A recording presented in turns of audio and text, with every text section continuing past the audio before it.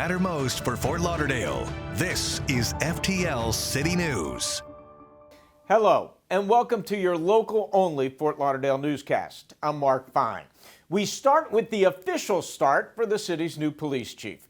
I, Larry Scarota. I, Larry Scarota. A citizen of the Larry Scarota was sworn in at First Baptist Church in a public ceremony. In front of his family, rows of dignitaries, and dozens of members of the police force, the chief took the oath of office, placing his hand on a Bible held by his nephew, Vincent Scarota. He then received his badge from City Manager Chris Lagerbloom and closed the ceremony with a speech that let people know exactly what they can expect from him as a leader.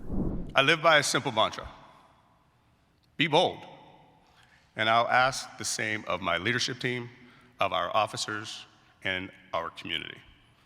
If we're bold together, we will redefine what community police partnerships look like and build a safer community for all of us to live in and enjoy. The mayor and city commissioners were also on hand for the event. The mayor spoke and said he is looking forward to seeing what the new chief will bring to the city. And one more fun fact for you. If you haven't heard, Chief Scarota is also an NCAA basketball referee, even getting to ref the Final Four this past season. Now, the chief told us they're going to try and work his schedule to allow him to referee a few games next season.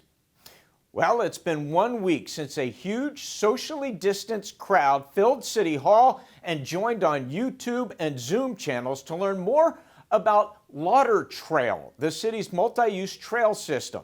It'll provide safe connections to parks, transit, local businesses, and attractions. Attendees gave their feedback during a Q&A session. Now, the PATH team will incorporate that information from the meeting into the trail master plan, and a draft will be presented to the City Commission in October.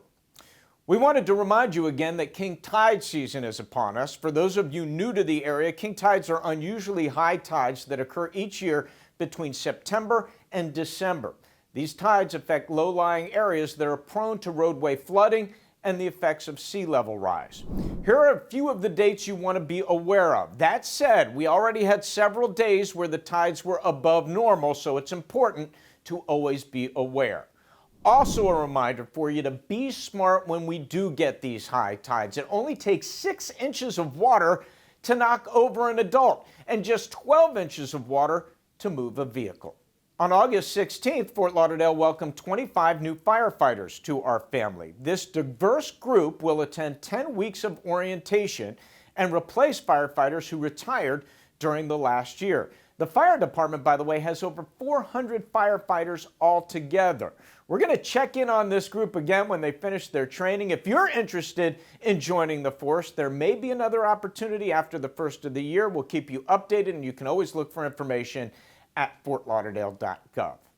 Some FTL bragging rights to share with you now. The city of Fort Lauderdale was recently ranked by the NAFA Fleet Management Association as the number 32 green fleet in all of North America. Now, Fort Lauderdale is the only city in Broward County and one of just 4 in all of Florida on a list that includes more than 50 commercial and government fleets.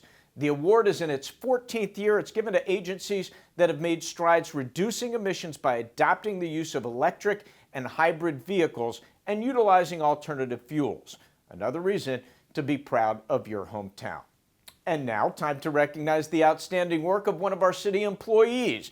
This month's FTL MVP is Omar Castiglione. Working with the city for over 5 years as chief engineer, Omar has managed a team in public works overseeing over $200 million of infrastructure work. This includes water, sewer, stormwater, and more. Omar's also stepped in as acting assistant public works director for engineering on many occasions when the position was vacant. Omar, your hard work and effort are greatly appreciated.